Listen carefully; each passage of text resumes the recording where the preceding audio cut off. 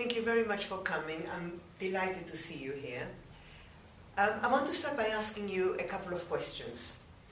Who here is wondering what life after retirement is going to be like? And who secretly worries that this might be the end of your useful life? And I have one last question. Who would like to know how to create a life after your retirement that is rich and rewarding? Yes. Okay, so you're in the right place. For those of you who don't know me, I'm going to tell you about my accent because you probably are going to start wondering and missing my pearls of wisdom, and I don't want to do that. So, I was born in Buenos Aires. My parents were from Vienna. They left Prague just before the invasion of the Nazis and landed in Buenos Aires, where I was born.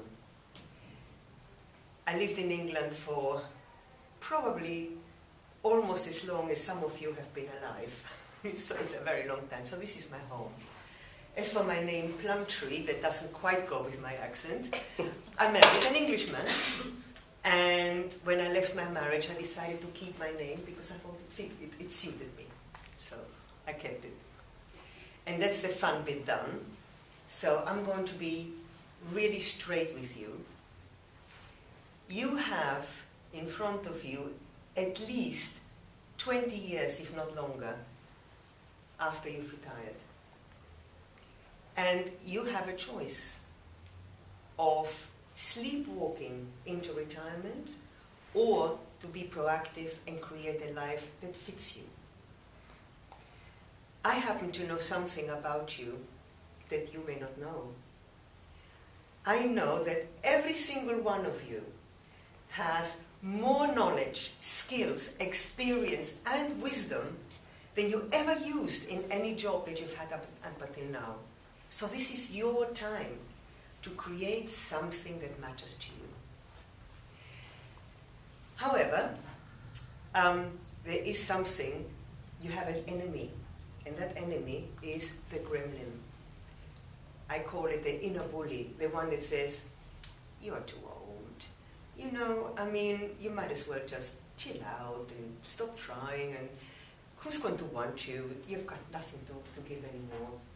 And I'm here to tell you that that is a lie. That is a lie. This is your time. And if you think, how on earth can she know that? All I have to do is to remind you of last summer Olympics, or the Paralympics to be precise. For some reason I remember this one particular runner. He won some medals and he had no legs. He came from Syria. And in Syria, if you have no limbs, you become a street beggar. That is your fate, but not for him.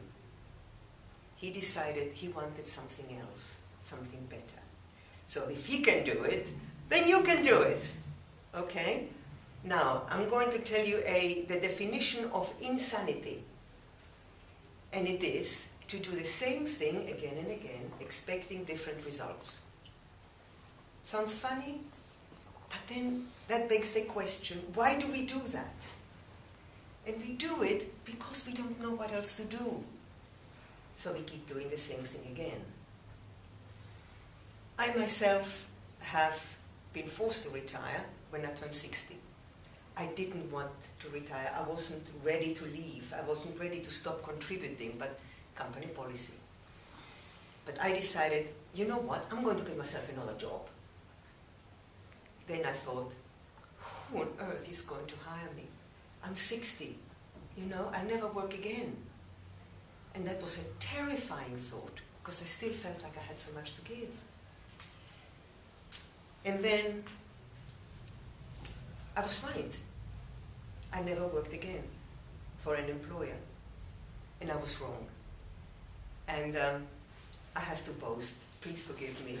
But at the ripe old age of 68, this is my most exciting decade so far. My happiest, my most rewarding and fulfilling. So, how is this possible? It's possible because I created it. I created this life. And so can you, if you know how. And I do.